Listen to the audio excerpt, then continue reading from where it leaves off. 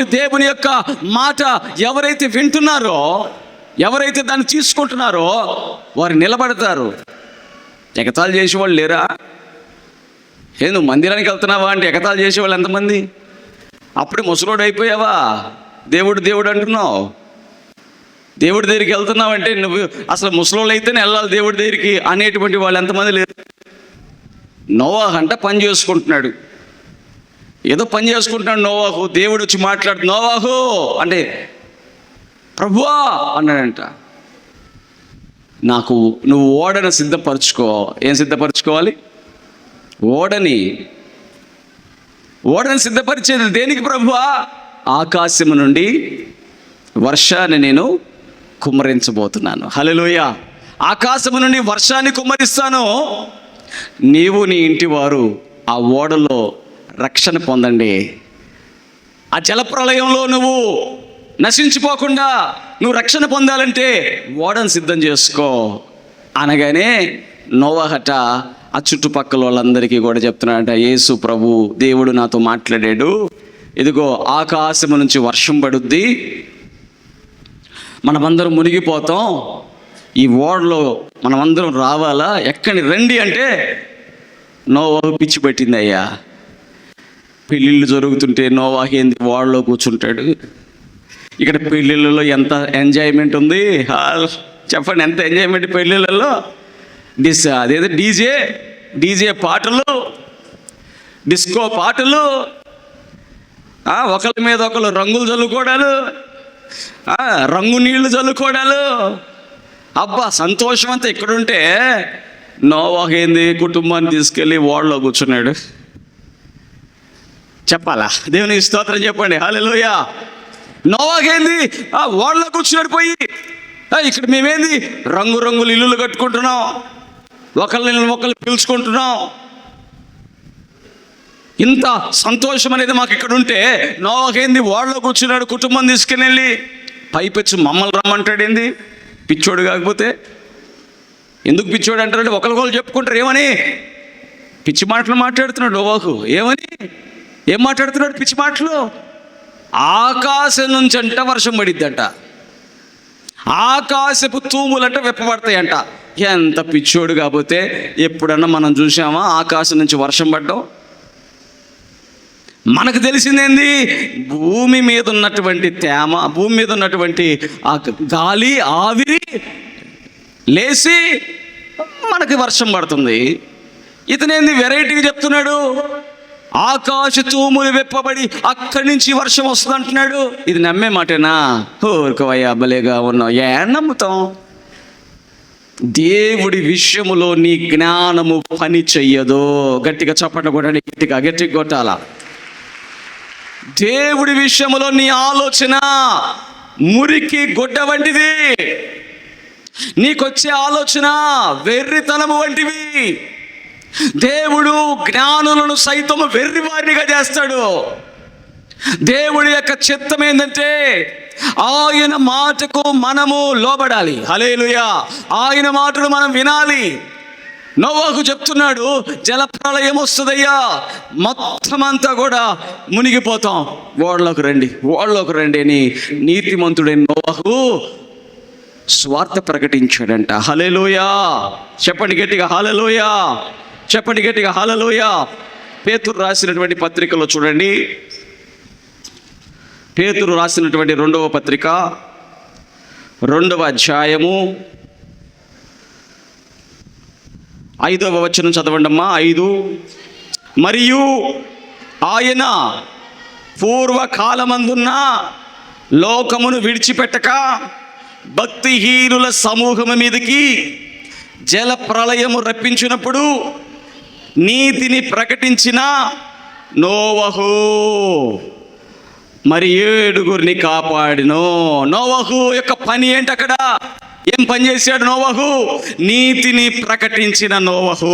గట్టిగా చప్పట కొట్టండి, గట్టిగా కొట్టాల. ఎందుకయ్యా జలప్రళయం రావాలి? ఎందుకయ్యా ఓడ తయారు చేయబడాలి? ఎందుకయ్యా నీవు నీ కుటుంబము ఓడలోకి వెళ్ళాలంటే భక్తిహీనుల సమూహము మీదకి జలప్రళయం రాబోతుంది. క్లియర్గా రాసింది అక్కడ, అండర్లైన్ చేసి. భక్తిహీనుల సమూహం. భక్తిహీనులు ఎవరు? దేవుణ్ణి విడిచిపెట్టి, దేవుణ్ణి మర్చిపోయి, దేవుడి మందిరాన్ని ఎగతాళి చేస్తా, లోకములో లోకాశలతో, శరీరాశలతో, నేత్రాశలతో వారికి ఉన్నటువంటి యవన బలాన్ని, వారికి ఉన్న శక్తి సామర్థ్యాలన్నిటినీ పాపానికి, దేనికండి చెప్పండి, దేనికి? పాపానికి ఇచ్చేవాళ్ళు. ఒకతను ఫోన్ చేశాడు నాకు, యవనస్తుడే, 25 ఏళ్ళు ఉంటాయి. ఫోన్ చేసి, అన్నా నాకు చెడ్డ చెడ్డ ఆలోచనలు వస్తున్నాయి. ఏమంటున్నాడు? చెడ్డ చెడ్డ ఆలోచనలు వస్తున్నాయి. ఈ ఆలోచనలు రాకుండా ఉండాలంటే ఏం చేయాలి చెప్పు అన్నాడు. ఈ ఆలోచనలు రాకుండా ఉండాలని నన్ను అడగక్కర్లా, దేవుని వాక్యము దగ్గరికి వెళితే దేవుని వాక్యం చెప్తుంది, నీ హృదయములో, హల్లెలూయా చెప్పాలా, హల్లెలూయా, పాపము చేయకుండానట్లు నీ హృదయములో వాక్యమును పెట్టుకోవాలి. గట్టిగా చప్పట్లు కొట్టండి, గట్టిగా కొట్టాలి. నీకు పాపపు ఆలోచనలు వస్తున్నాయంటే నీ హృదయములో వాక్యము లేదు. ఊరికన్నా నేను ఉదయం వాక్యం చదివావా? ఏం చదివావు? చదివానన్నా గుర్తు రావట్లేదు. సరే, నిన్న చదివింది గుర్తుందా? గుర్తు రావట్లేదన్నా. మొన్న చదివింది సరే, ఈరోజైనా చదివిందంటే ఒక్క ముక్కన్నా గుర్తుందా? ఏదో చదివానన్నా, చదివా. కరెంటు బిల్లు కట్టావా? కట్టానన్నా. ఎంత వచ్చింది? 272 రూపాయలు. ఏంది 272 రూపాయలని ఖచ్చితంగా చెప్పాడే. ఇంటి అద్దె కట్టావా? కట్టాను. ఎంత? 4500. పిల్లలకు ఫీజు కట్టాను. ఎంత? 14,000. పిల్లోడికి బాగాలేకపోతే మొన్న, అవునన్నా బాగాలేకపోతే హాస్పిటల్ తీసుకెళ్ళానన్నా, రూముకు 300 అంట, ఇంజక్షన్కి 400 అంట, స్కానింగ్కి 2000 అంట అని లిస్టు చెప్తున్నాడు. లిస్టు నీ బుర్ర బాగుందే, నీకేం మతిమరుపు లేదే, నీకేమీ గుర్తు లేకుండా నువ్వు మర్చిపోయేవాడివి కాదే, మరి ఉదయం చదివిన వాక్యము మధ్యాహ్నానికి గుర్తులేదేంది అంటే నువ్వు శ్రద్ధ కలిగి చదవలేదు. దేవునికి స్తోత్రం చెప్పండి, హల్లెలూయా. అంటే నువ్వు ఆసక్తి పెట్టి చదవలా, అంటే నువ్వు మనసు పెట్టి చదవలా, అంటే నీ హృదయములోకి వాక్యాన్ని తీసుకోవాలా, అంటే నీ మనసుకు ఇష్టంగా వాక్యము లేదు కాబట్టి, నీ మనసుకు ఇష్టంగా వాక్యం లేదు కాబట్టి, నీ మనసులో వాక్యము లేదు కాబట్టి పాపము వచ్చేసి ఆక్రమించేసింది. పాపం ఏం చేసింది? ఆక్రమించేసింది. ఉదయం ఎన్ని దోశలు తిన్నావయ్యా, ఎన్ని ఇడ్లీలు తిన్నావంటే, ఈరోజు ఏందో మా ఆవిడ 5 ఇడ్లీలు పెట్టిందన్నా. 5 ఇడ్లీలు పెట్టిందా? ఎన్ని తింటావేంది? 10 ఇడ్లీలు తినకపోతే నాకు కడుపుకు తిన్నట్టు ఉండదు. ఇడ్లీలు తిన్న తర్వాత కూడా మళ్ళీ పెరిగేసుకొని అన్నం తినాల్సిందే. ఎందుకంటే తిన్నట్టు ఉండదు అన్న కడుపుకి. అదేందో మరి తిన్నట్టు ఉండదు. కడుపు గురించే ఆలోచన నీకు. మనసుకేమో ఆత్మకేమో ఒక్క వాక్యం పెట్టవు. హల్లెలూయా. వాక్యముతో నింపాలి కదా నీ మనసుని. కడుపుని గురించి అంత ఆలోచన ఉంది. ఏంటి? కడుపుని నింపాలని ఇడ్లీలు తిన్నావు, దోశలు తిన్నావు, పెరుగన్నం తిన్నావు. అయినా కూడా 11:30 అవ్వగానే ఏం కూర చేస్తున్నా అంటాడు.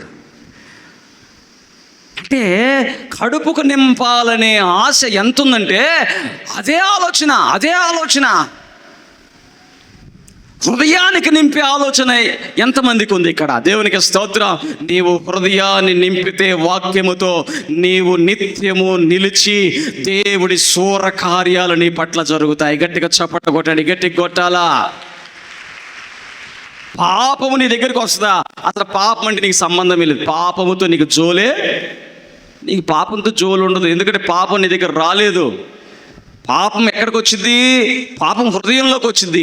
హృదయంలో ఏముంది? ఇప్పుడు వాక్యం ఉంది. హృదయంలో వాక్యం ఉంటే పాపానికి చోటేది? నీకు ఎప్పుడైతే పాపము గురించిన ఆలోచన వస్తుంది అంటే గుర్తుపెట్టుకో, వాక్యము తక్కువ పెడుతున్నావు నీ మనసుకని. హల్లెలూయా. వాక్యము తక్కువ చేసావు నీ హృదయానికని. నీ కడుపులోకి ఆకలి అవుతుంటే నువ్వు అన్నం కావాలంటున్నావుగా, ఆకలి అవుతుంటే ఏమంటున్నావు? ఆకలి అవుతుంది. అబ్బో లోపల కడుపులో ఏమి లేదట్టుంది, ఆకలి అవుతుంది. పద అక్కడ బోండాలు ఏమైనా తిందాంపా, బజ్జీలు ఏమైనా తిందాంపా. అబ్బో ఎన్ని కావాలో. ఉదయం ఇడ్లీలు, దోశలు, గారెలు, పెరుగన్నాలు, పప్పన్నాలు, చికెన్లు, మటన్లు, కూరగాయలు, ఆకుకూరలు, సాయంత్రం అయితే బోండాలు, బజ్జీలు, పునుగులు, ఈ మధ్య పిజ్జాలు, బర్గర్లు, KFCలు. ఇక ఈ ఒక్కటి కాదండి, అన్ని కడుపుకు సంబంధించిన ఎన్నున్నాయి. హల్లెలూయా చెప్పండి, ఎన్నున్నాయి. అలాగే అంతమంది సేవకులు మీకు కూడా అవసరమే. దేవునికి స్తోత్రం చెప్పండి. ఒక సేవకుడు చెప్పే రుచి ఒకలాగా ఉంటుంది, ఇంకొక సేవకుడు చెప్పే రుచి అందరిది ఒకటేలాగా ఉంటుందా? అదే పిండమ్మా, ఉదయం వేసింది ఆ బియ్య పిండే, సాయంత్రం వేసే బోండాలు కూడా ఆ బియ్య పిండే. కానీ ఉదయం టేస్ట్ వేరు, సాయంత్రం టేస్ట్ వేరు. పిండి అదే కానీ వేసిన పద్ధతి వేరు. వాక్యం అదే కానీ ఒక్కొక్క సేవకుడిలో నుండి దేవుడు ఒక్కొక్క రీతిగా మాట్లాడుతున్నాడు. ఎందుకంటే నీ హృదయాన్ని వాక్యముతో నింపడానికి. గట్టిగా చప్పట కొట్టండి, గట్టిగా దేవుడికి స్తోత్రములు కలుగును కాదు. అది అర్థం చేసుకుంటే నీ మనస్సుని ఖాళీగా పెట్టావు, వెలితిగా పెట్టావు. నువ్వు ఇంట్లో కూర్చుంటావా? పెళ్ళి బిర్యానీ పెడుతున్నారంటే ప్యాంటు కూడా వేసుకున్నాడు, లుంగీ మీద పడుతున్నాడు. ఏంటంటే అయిపోయితేవా ఏమంటాడు? బాబు స్నానం చేశారు, మొత్తం భోజనానికి ముందు ఉండాలా, గొడవకి వెనక ఉండాలా. దేనికి ఉండాలంట? ముందు. తినటానికి ఎక్కడ ఉండాలంట? ముందు ఉండాలా. తగాదాకి వెనక ఉండాలా. సామెత అంటే పెద్దోళ్ళు చెప్పింది. పెళ్లి భోజనం అనగానే ఆ పెళ్లి జరుగుతుంటుంది, ఈడు ప్లేట్ తీసుకుని ఉంటాడు. ఎందుకు? తర్వాత ముక్కలు దొరకవు. 2 ముక్కలు వేసుకుంటా, అయ్యా 2 ముక్కలు, రుచి బాగుందంట. మరి మందిరానికి వచ్చేటప్పుడు నీ హృదయములోకి వాక్యము నింపుకుని, హృదయములోకి రుచి కలిగిన దేవుని వాక్యము నీ హృదయములోకి నింపడానికి నువ్వు ఆలస్యం చేస్తావా? పరుగులెత్తి ముందుగానే వస్తావా? దేవుడికి స్తోత్రం. కానీ దేవుడి కృపను బట్టి నేను చెప్పగలను, ఇక్కడికి మాత్రం అందరూ కూడా త్వరగా వచ్చేస్తారు. గట్టిగా చప్పట్లు కొట్టండి, గట్టిగా దేవుడికి స్తోత్రం. అందుకనే నీ జీవితంలో నీ హృదయానికి వాక్యము వాక్యము వాక్యము నువ్వు పెడుతుంటే అసలు పాపం నీ దగ్గరికి వచ్చిందా? హల్లెలూయా రాదు. భక్తిహీనుల సమూహం మీదకి జలప్రలయం. దేవుని వాక్యం చెప్తుంది, ప్రభు అయిన యేసు త్వరగా రాబోతున్నాడు. ఆయన వచ్చి తన యందు విశ్వాసం ఉంచిన వారిని అందరినీ వెంట పెట్టుకొని వెళ్ళిపోతాడు. హల్లెలూయా. ఈ మాట చెప్పండి మీ ఇంటి పక్కన వాళ్ళకో, మీ స్నేహితులకో, మీ ఉద్యోగాలు చేసే దగ్గర, మీ చదువుకునే దగ్గర చెప్తే ఏమంటారు? పోలే నీ మతం గురించి పెద్ద చెప్పుకుంటున్నావు అంటారు. ఏమంటారు? మతం గురించి చెప్పాలా? మతం గురించి మనం మతాన్ని నమ్ముకున్నామా, యేసుని నమ్ముకున్నామా? చెప్పండమ్మా. మతాన్ని నమ్ముకున్నామా, యేసుని నమ్ముకున్నామా? మతం ఏం చేసిందంటే ఆచారాలు చేసింది, అంతే. క్రిస్మస్ వచ్చిందక్క, ఏంటంట క్రిస్మస్ వచ్చిందక్క, ఇంటికి రంగు వేసావా? ఇంటిని శుభ్రం చేసుకున్నావా? అన్నా పోయి బయటికి వెళ్ళి 4 కేజీలు చికెన్ తీసుకురా, పలావ్ చేస్తా. ఎందుకు? ఈరోజు క్రిస్మస్. నిన్న ఆదివారం చర్చికి వెళ్ళావా? ఆడెళ్తాం కుదరదు, ఇంట్లో బర్రెలు ఉంటే పాలు బిస్కత్తో పోయి. అంతకుముందు వెళ్ళావా? అంతకుముందు ఎక్కడో కూరగాయలకైనా వెళ్ళాలే. అంతకుముందు వెళ్ళావా? కిరాణా కొట్టుకు వెళ్ళా. అంతకుముందు మంగళవారం ప్రార్థనలకి ఏమైనా వెళ్ళావా? ఏమి వెళ్తాం మంగళవారం ప్రార్థనలకి, అంత దూరం పోవాలంటే ఏడబోతాం. మళ్ళీ క్రిస్మస్ అయితే చెప్పండి, క్రిస్మస్ అయితే ఆచారం. ఏంటిది చెప్పండి? ఏంటిది? మతం అనేది ఆచారాలు. మతం అనేది ఆచారాలు చేస్తుంది. క్రైస్తవ్యం అనేది కూడా ఒక మతం ఉంది. హల్లెలూయా. ఆ మతములోకి వెళ్ళిన వాళ్ళు దేవుణ్ణి మర్చిపోతారు. దేవునికి స్తోత్రం చెప్పండి. హల్లెలూయా. అందుకని మతం జోలికి వెళ్ళి క్రిస్టియానిటీ, అయ్యా ఏ మదన్ బాబు నువ్వు క్రిస్టియానిటీ మతం పుచ్చుకున్నావు అంటే, క్రిస్టియానిటీ మతం నేను పుచ్చుకోలేదయ్యా. అదేంది నువ్వు బైబిల్ పట్టుకున్నావుగా? పట్టుకున్న బైబిల్ని, క్రీస్తుని నమ్ముకున్నాను, మతం పుచ్చుకోలా. హల్లెలూయా. మతం ఏం చేసిందంటే ఆచారాలు నేర్పించింది. ఆచారాలు ఏంటి? ఆచారాలు ఏంటి? పాపాన్ని చేస్తూనే ఉంటాడు. చెప్పాలి, పాపాన్ని చేస్తూనే ఉంటాడు. మళ్ళీ మా దేవుడు యేసు ప్రభు అంటాడు. హల్లెలూయా. ఎన్ని మతాలు లేవు ప్రపంచంలో? ఎన్ని మతాలు లేవు? మతాలన్నిట్లో ఏముంటుంది? వాళ్ళు చేసే ఆచారాలన్నీ చేస్తారు, మళ్ళీ యథావిధిగా పాపాలు కూడా. క్రైస్తవ్యంలో కూడా ఈ మధ్య అలాంటి వాళ్ళు వచ్చేసారు. ఏంటి?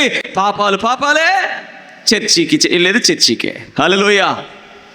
ఎట్టన్నా మేము కూడా మానాలనుకుంటున్నాం, మేము కూడా పాపాన్ని మానాలని మాకు ఉన్నది. అందుకనే దేవుని వాక్యం అంటుంది, గట్టి ఎండిపోతుంది, పువ్వు వాడిపోతుంది, దేవుని వాక్యము నిత్యము నిలుస్తుంది. గట్టిగా చప్పట్లు కొట్టండి, గట్టిగా దేవునికి స్తోత్రం. ప్రార్థించబడును. మా మానవరాలు కొడుకు అని కానిపోయితే సలసరిగా తల్లి కొడుకు బాగుంటే సాక్ష్యం చెప్పుకుంటా క్షేమంగా ఉన్నారు. స్వస్థపరిచాడు దేవుడు. చప్పట్లు కొట్టి. ఏ ఊరు నుంచి వచ్చావమ్మా? తంబలూరు. చెప్పమ్మా, ఏ సమస్య వచ్చావు? చాలా వీక్గా ఉన్నావు, బరువు కలిగి ఉందా బాడీ అంతా? ప్రార్థన చేస్తున్నాడు, కింద పడిపోయావు కదా. అసలు నేను వచ్చి చేయి పెట్టలేదు, ఇక్కడి నుంచి ప్రార్థన చేస్తున్నా, అక్కడ పడిపోయావు. ఏం జరిగింది అప్పుడు? ఏం లేదు, నన్ను ఊరికల్లా పడిపోయా. నాకు ఇప్పుడు చాలా తేలిగ్గా ఉంది. ఇప్పుడు పర్లా. చాలా. నిన్నెవరు పడేశారు తెలుసా? దెయ్యము నీలో నుంచి వెళ్ళిపోతా నిన్ను పడేసి వెళ్ళిపోయింది. దేవుని వాక్యం చెప్తుంది. గట్టిగా చప్పట్లు కొట్టండి, గట్టిగా దేవునికి స్తోత్రం. రైట్, తగ్గిపోయింది అంటున్నారు. దేవునికి మహిమ. నేను రేణుకాని పొదల నుంచి వచ్చాను. నాకు గుండెలంతా బరువుగా ఉంది, ఇలా తేలిగ్గా ఉంది. తేలికైపోయిందమ్మా. నేను దేవుని నమ్ముకున్న దాన్నే, నాకు దేవుడు తెలుసు, నేను పరిశుద్ధాత్మగా నాకు వస్తుంది. గట్టిగా చప్పట్లు కొట్టి గట్టిగా దేవుని మహిమ పరుద్దాం. యేసయ్యకే మహిమ. చెప్పమ్మా. గుండెల్లో బరువుగా ఉంది, నాకు చెడ్డ కళ్ళు వస్తాయి ప్రభువా, నాకు అయితే తీసేయి సార్. ఏ ఊరు మీది? కటసింగనపాలెం. ఇప్పుడు ఎట్లుంది? బాగుంది, తేలిగ్గా ఉంది ఇప్పుడు. గట్టిగా చప్పట్లు కొట్టి గట్టిగా దేవుని మహిమ పరుద్దాం. యేసయ్యకే మహిమ. రండి చెప్పండి. నా పేరు నాడిపాలెం. నాకు వారం నుంచి బాగుంటుందా, ఇక్కడ మందిరానికి వచ్చిన తర్వాత బ్రహ్మాండం బాగుంది. ఇప్పుడు ఎట్లుంది నీకు? హుషారుగా ఉంది. ఏ ఊరు మీది? నాయుడుపాలెం. గట్టిగా చప్పట్లు కొట్టి గట్టిగా దేవుని మహిమ పరుద్దాం.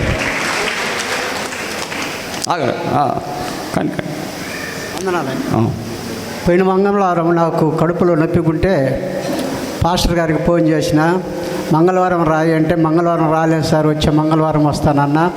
ప్రభు దయ వల్ల నా కడుపులో నొప్పి కానీ గుండెల బలహీనం కానీ ఇక్కడికి వస్తున్నా కానీ తగ్గిపోయింది. దేవునికి ఇక్కడ వచ్చిన తగ్గిపోయిందా? తగ్గిపోయింది. ఏ ఊరు మీది? గుడిపాటిపల్లె. గట్టిగా చప్పట్లు కొట్టి గట్టిగా దేవుని మహిమ పరుద్దాం. దేవుని నామానికి స్తోత్రాలు. కూడి వచ్చిన ప్రతి ఒక్కరికి నా ప్రత్యేకమైన వందనాలు, దైవజనులకు నా ప్రత్యేకమైన వందనాలు. మేము విజయవాడ నుంచి వచ్చి ఉన్నామండి. మా పాపకైతే, ఏ పాప? రమ్మ తల్లి. తన పేరు లిల్లీ గ్రేసీ. తనకైతే ఒక 4 months నుంచి హెల్త్ బాగోట్లేదు. అంటే ఏమైంది చెప్పమ్మా? హెల్త్ బాగోట్లేదు ఏమైంది అన్నది తెలియదు. పాపకి గుండెలో నొప్పి అని చెప్పడం, కడుపులో నొప్పి, కడుపులో మంట, నా గుండె ఆగిపోతుంది, ఇంకా ఎనీ టైం అదే. పొద్దుపోయిందంటే ఇంక నేను చచ్చిపోతున్నాను, నాకు భయం వేస్తుంది. ఇప్పుడు తనకి 18 సంవత్సరాలు. స్నానం కూడా నేనే చేయించుకొని తీసుకొచ్చేదాన్ని. వాష్రూమ్కి వెళ్ళటానికి కూడా నేను వెళ్ళి నుంచుంటేనే తన లోపలికి వెళ్ళేది. ఆ సిచ్యువేషన్. అటువంటి సమస్యతో వచ్చారు ఇక్కడికి. అత్తయ్య వాళ్ళకి విజయవాడ నుంచి వచ్చారు. విజయవాడ నుంచి అత్తయ్య వాళ్ళకి ఫోన్ చేస్తే అత్తయ్య వాళ్ళు ఇక్కడికి రమ్మని చెప్పారు. సరేనని చెప్పి ఇక్కడికి తీసుకొచ్చాను. ఫస్ట్ వీక్ ఇక్కడికి రాగానే రిజల్ట్ తెలిసింది, పాప పడిపోయి ఉంది. పాపలో దెయ్యపు శక్తులు ఉన్నాయని బయటపడి ఆ పాప గిలగిలగా కొట్టుకుంటా ఉంటే అర్థమైపోయింది నీకు? అర్థమైంది. ఇంకా దైవజనులు 7 weeks రావాలని చెప్పి ఉన్నారు. మరి దేవుని చిత్తం. మరి 7 వారాల నుంచి పాప అయితే బాగానే ఉంది, ఫుడ్ తీసుకుంటుంది. ఇప్పుడు ఆ నొప్పి లేదు కదా? ఏమీ లేదు అసలు. అప్పుడు ఫుడ్ కూడా తీసుకునేది కాదు. కడుపు నొప్పి ఏమి లేదు, తినడం బాగా చక్కగా తింటున్నావా? భయం లేదా ఇప్పుడు? స్నానం చేయడానికి వాటికని భయం లేదు, కంప్లీట్గా మార్పు వచ్చేసింది. ప్రార్థనకు రావడం ద్వారా దేవుడు ఆ బిడ్డని తాకి స్వస్థపరిచాడు. రైట్ ఏమ్మా? నేను లేకుండా అసలు నా చెయ్యి వదిలిపెట్టేది కాదు, నన్ను డ్యూటీకి కూడా వెళ్ళనిచ్చేది కాదు. అలాంటిది ఇక్కడికి వచ్చిన తర్వాత ఇప్పుడు అత్తయ్య వాళ్ళ దగ్గరే ఉంటుంది. నేనే విజయవాడ వెళ్ళి వస్తున్నా ఇక్కడికి. 7 వారాలు కూడా దేవుడు మరి ఆగకుండా ఆయన కృపలో ఇక్కడికి నడిపించుకున్నాడు. దేవునికి స్తోత్రం. ఇచ్చిన సాక్ష్యం దేవుడు. గట్టిగా చప్పట్లు కొట్టి గట్టిగా దేవుని మహిమ పరుద్దాం. యేసయ్య చేసిన కార్యాన్ని బట్టి యేసయ్యకే మహిమ. దేవుని నామానికి సూత్రాలు. మీ అందరికీ నా వందనాలు. నాకు కడుపులో నొప్పి వస్తుంది, హాస్పిటల్ వెళ్ళా. కడుపులో గడ్డు ఉందమ్మా, ఆపరేషన్ చేయాలన్నారు. కానీ ఆ హాస్పిటల్ కాదని ఇంకొక హాస్పిటల్ వెళ్ళా, అక్కడ అలాగే చెప్పిండ్రు. ఇక్కడ కాదని ఒంగోలు వెళ్ళా, 3 సార్లు వెళ్ళా, అక్కడ అలాగే చెప్పిండ్రు. పెద్ద స్కానింగ్ తీసుకోమంటే తీసి ఆపరేషన్ చేయాలమ్మా, గడ్డు ఉందన్నారు. కానీ ఏదో తెలియని భయం నాకు, నేను చేపించుకోనని. అందులో బ్లడ్ లేదు, ఎక్కించాలమ్మన్నారు. సరే, సోమవారం రోజు అనుకున్నాను మంగళవారం మందిరానికి వెళ్ళి బుధవారం ఆపరేషన్కి వెళ్దామని అనుకొని మంగళవారం ఇక్కడికి వచ్చాను. చర్చికి వెళ్ళి ఇంటికి వెళ్ళిన తర్వాత ఏడుస్తా కూర్చున్న తర్వాత అందరూ భయపడి మాకు ఏమీ కాదని చెప్తుండ్రు. కానీ నేను ఏడుస్తూనే ఉన్నాను. 7 గంటలకి మా వదిన గారు ఫోన్ చేసి డాక్టర్ లేరు, చెన్నై వెళ్ళారు, 1 వారం ఆగన్నారు. నవ్వుకొని నాలో నేనే సంతోషపడుకొని దేవుడికి వందనాలు చెప్పుకొని ఉన్నా. మళ్ళీ వారం వెళ్దామనుకున్నా, కుదరలా. అలాగే 5 వారాలు ఇక్కడికే వచ్చా. ప్రభువా, నేను ఆపరేషన్కి వెళ్ళను, నువ్వే ఏం చేసినా నీ చిత్తమే, ఏం జరిగినా నీ చిత్తం అని దేవుణ్ణి నమ్ముకొని 5 వారాలు వచ్చిన తర్వాత వెళ్ళి స్కాన్ తీపించుకున్నా. నా గడ్డ కరిగిపోయింది. లేదా గడ్డ? ఇప్పుడు మరి గడ్డ కరిగిపోయింది. 5వ వారం వెళ్ళి స్కాన్ తీపించుకున్నావు. గడ్డ ఏమీ లేదని రిపోర్ట్ వచ్చింది. నార్మల్ రిపోర్ట్ వచ్చింది. ఇక్కడికి ప్రార్థనలకు వచ్చావు, గడ్డ కరిగిపోయింది. నీ ప్రార్థనలకు దేవుడు జవాబు ఇచ్చాడు. జీవితాంతం దేవుడికి రుణపడి ఉంటాను. ప్రభువా, సాక్ష్యం చెప్పుకుంటాం. చూడండి దేవుడు చేసిన కార్యాలు. గట్టిగా చప్పట్లు కొట్టి గట్టిగా కొట్ట.